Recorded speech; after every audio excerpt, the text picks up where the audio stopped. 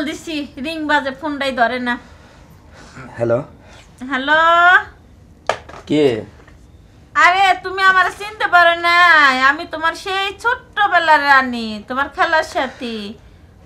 তুমি কেমন আছো? জি আলহামদুলিল্লাহ ভালো আছি। তা তুমি কেমন আছো? আমিও তো ভালোই আছি, কিন্তু এখন তুমি কই আছো? আমার খোঁজ খবর নিয়ে তোমার লাভটা কি বলো? তুমি তো আছো বস মজাই, আর আমার খোঁজ নেওয়ার তো দরকার আছে তোমার। তোমার খোঁজ নেওয়ার দরকার আছে না? শোনো, রাগ করো কিসের জন্য? এখন তোমার লগে আমার একটা ভালো সম্পর্ক ছিল, বা আমার বাপ মা আমার জোর করে বিয়া দিয়ে দিছে, কি করবো কো? এখন বাপ মাই যে আমার বিয়ে দিয়ে দিছে, এখন শোনো, আমার ওই জামের লগে একটু সমস্যা হয়েছে, বুঝছো? আমার জামের কাছ থেকে আমি আয়া পড়ছি, আমার জামের কাছে আমি আর যাবো না। এখন তুমি আমারে তোমার কাছে নিয়ে যাও। না না, আমি একজনের বউকে আমি নিয়ে আসি, আমি আবার সংসার করব। আমার জামাইর আমি ছাইরা দেবো, আমি তোমার কাছে চলে যাবো, আমার জামাইয়ের কাছে আমি আর থাকবো না, বুঝছো? এখন তুমি যেটা বলছো এটা কেমন করে? এটা তো তোমার মানে আবেগের কথা, বিবেকে তো না, বিবেকে তো এটা আসে না। না, আমার আবেগ দিয়ে কথা কই নাই, আমি আমার বিবেক দিয়েই কথা কইতেছি। আমি না থাকবো না আমার জামাইয়ের লগে, আমার জামাই না কিচ্ছু পারে না। না না, আসলে আমার দ্বারা তো সম্ভব না এটা। তুমি তো তোমার সুখের জন্য তুমি গেছো বিয়ে হয়ে, তোমার বাবা মার কথাবার্তা শুনে তুমি বিয়ে হলে, এখন কেন আর অশান্তি হবে? আর এত কেন তুমি অশান্তির জ্বলবা? এটা তো কোনো কথা না। দেখো এখন কি করবো, আমার বাপ মাই তো আমার জোর করে বিয়ে দিচ্ছে। এখন আমার জামাইটা তো ওইরকম দজ ভাঙ্গা, বুঝছো? এখন আমার জামাইটা কিছু পারে না আর না। এখন আমি হ্যার ভাত কোনো মতেই খামো না।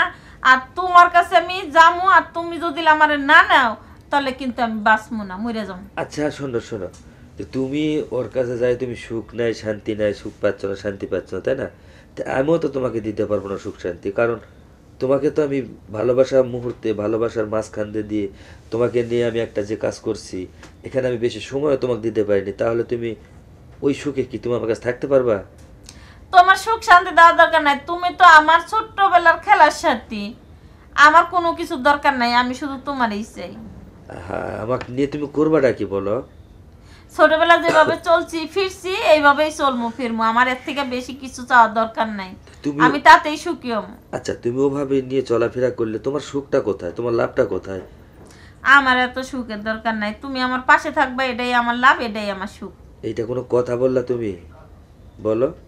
হ্যাঁ, এটাই আমার শেষ কথা। কেন, তোমার জামাইয়ের এমন কি সমস্যা? তোমাকে কি কোনো শান্তি দিতে পারে না, সুখ দিতে পারে না? আমার জামাই আমার কোনো শান্তি তো দিতে পারে না, আর এত মারধর করে, মানে ধারণার বাহিরে। একটু থেকে একটু কিছু হইলেই ধরে মারপিট শুরু করে দেয়। তোমার জামাইয়ের বয়স কত বলো তো? আমার জামাইয়ের বয়স 40 বছর। 40 বছর? হ। এই 40 বছর বয়সের একটা লোকের সাথে তোমার বিয়ে হয়েছে? হ। তুমি মানে কেমনে আসো ওর সঙ্গে তুমি? এই তো এতদিন আমি অনেক কষ্ট করে আসিলাম, এই একটা মাস অনেক কষ্ট করে আসিলাম। এখন আমি ওই জায়গায় থাকবো না, তুমি এখন যেভাবে হোক আমারে তোমার কাছে নিয়ে যাও। আমি যেভাবে হোক নিয়ে আসবো, কেমনে?